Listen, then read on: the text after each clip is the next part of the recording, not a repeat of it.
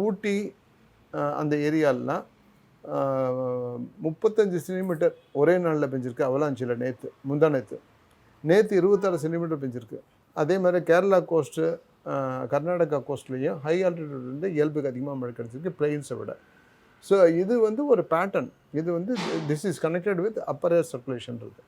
Sir, அப்போ நீங்கள் ஒரு தனியாளாக நீங்கள் ஒரு இயற்கான ஃபோர்காஸ்ட் கொடுக்குறீங்க.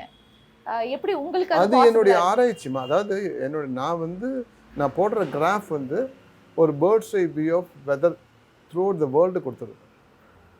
ஸோ அதை வச்சுக்கிட்டு நான் குளோபல் ஃபோர்காஸ்ட்டும் கொடுக்குறேன், நம்ம இந்தியன் சப்கான்டினென்ட்டுக்காகவும் ஃபுல் ஃபோர்காஸ்ட் கொடுக்குறேன்.